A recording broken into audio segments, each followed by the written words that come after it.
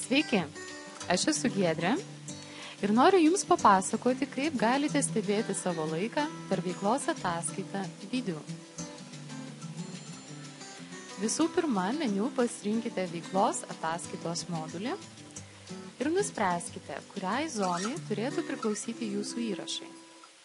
Jei norite vesti savo įrašus, pasirinkite save kaip vartotoją arba galite pasirinkti kitus darbuotojus, jeigu jų įrašus norite matyti.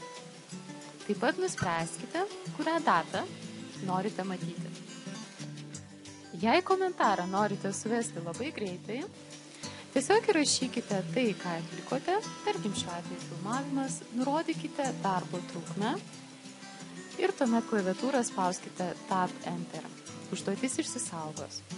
Detalesnius įrašus galite įvesti atidarę slaiderį per rodyklytę. Suveskite laiką nuo, iki, trukmė atsinaujins automatiškai.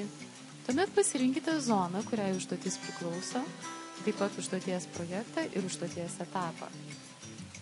Jeigu užduotis jau yra baigta, pažymėkite varnelę atliktą. Jeigu dar prie šios užduoties grįšite, langelį palikite atvirą. Užduotį išsaugojus, jos dešiniajame kamputyje galėsite pamatyti nuorodas į verslo informaciją, užduoties medį bei užduoties redagavimo formą.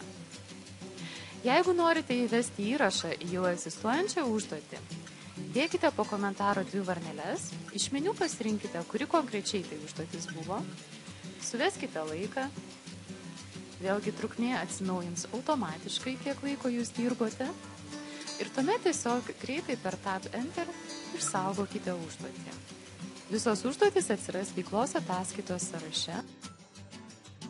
Jau suvestą įrašą galite redaguoti. Nueikite į komentaro stulpelį, spauskite ant įrašo, kurį pamatysite atsivėrusiai lentelį ir kliktelėję galite pataisyti komentarą.